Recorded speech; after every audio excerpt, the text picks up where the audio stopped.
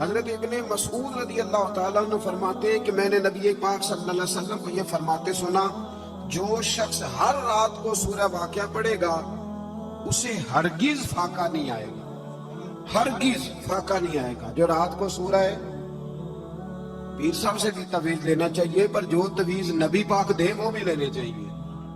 یہ حضور نے تویز دیا ہے۔ میرے اسا فرمایا کرتے تھے کہ یہ ذہن میں رکھ کے پڑھا کرو کہ یہ نبی پاک نے کہا ہے کہ جو سورۃ واقعہ پڑھے گا اس کو کبھی فاقہ، فرمایا یہ ذہن بنا کے پڑھو گے نا، یہ ذہن کہ حضور کے کہنے میں پڑھ رہا ہوں تو ہو ہی نہیں سکتا کبھی فاقہ ہے۔ حضرت عبداللہ ابن مسعود راوی ہے نا اس حدیث کے، تو حضرت عبداللہ ابن مسعود کا اپنا یہ حال تھا کہ جب وہ بڑے بیمار ہو گئے، حضرت عثمان غنی کا دور خلافت تھا تو ان کی بیٹیاں زیادہ تھیں۔ حضرت عثمان غنی ان کے گھر تشریف لائے اور فرمانے لگے، عبداللہ میں نے فیصلہ کیا کہ مال خزانہ میں سے کچھ تمہیں دے دو، تمہاری بیٹیاں ہیں۔ تو آپ فرمانے لگے آپ فکر نہ کریں، میں نے بیٹیوں کو خزانہ دے دیا ہے، میری بیٹیوں کو کوئی تکلیف کبھی نہیں جائے گی۔ کہا جناب آپ نے کیا خزانہ دے دیا ہے؟ تو حضرت سیدنا عبداللہ ابن مسعود فرمانے لگے میں نے بچیوں کو یاد کرا دیا کہ بیٹے سونے سے پہلے سورۃ واقعہ پڑھ کے سونا، اور میری بیٹیاں میری بات کی پابندی کرتی ہیں، اور یہ رسول پاک کا فرمان ہے کہ جو سورۃ واقعہ پڑھے گا اسے فاقہ نہیں آئے گا۔ آپ فرمانے لگے تارے جھڑ سکتے ہیں، سورج گر سکتا ہے، چاند جگہ چھوڑ سکتا ہے، پر رسول رحمت کا فرمان غلط نہیں ہو سکتا۔ تو کیوں نہیں سورۃ واقعہ پڑھتے؟ یہ نظر لگ جاتی ہے نا آپ کے کاروبار کو، نظر بھی بہت زیادہ لگتی تو وہ بھی نہیں لگے گی انشاءاللہ، اللہ مدد کرے گا۔ لیکن شرط یہ ہے کہ رات کو سورہ واقعہ ضرور پڑھیں۔ اس سورہ مبارکہ کے جو مضامین ہیں نا، اس میں اللہ تبارک و تعالیٰ نے ارشاد فرمایا کہ جو لوگ حساب و کتاب کے لیے پیش ہوں گے ان کی 3 قسمیں ہوں گی۔ ایک تو ہوں گے اصحاب المیمنہ، یعنی اہل سعادت اور اہل خیر لوگ، اور دوسرے فرمایا السابقون المقربون، یہ وہ لوگ ہوں گے جو نیکی کرنے میں سبقت لے جانے والے، آگے نکل جاتے، سابقون المقربون۔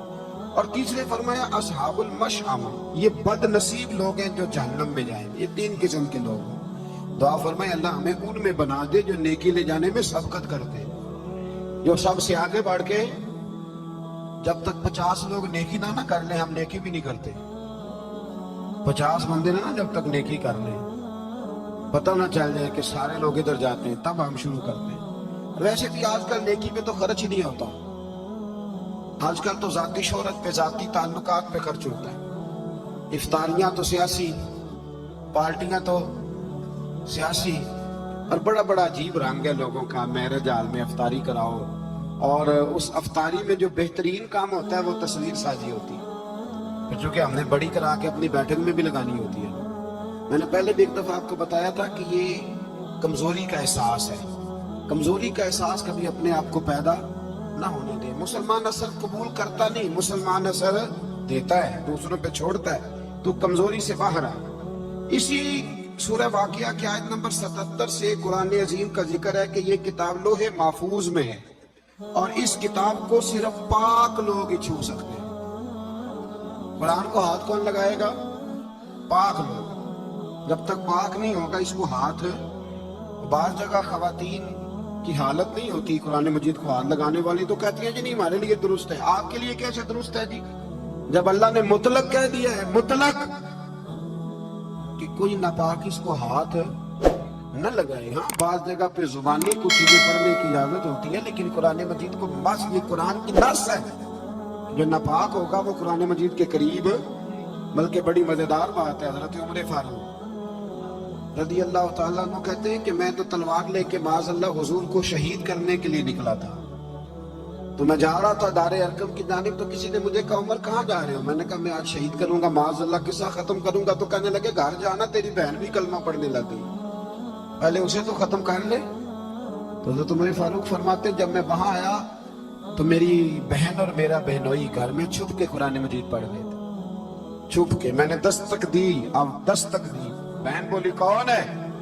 میں نے کہا عمر بن خطاب ہوں۔ جلدی سے اس نے قرآن مجید کے صفحے سمیٹے، اوپر کسی جگہ پہ رکھے، دروازہ کھولا تو میں نے بہن اور بہنوئی کو مارنا شروع کیا، بڑا مارا۔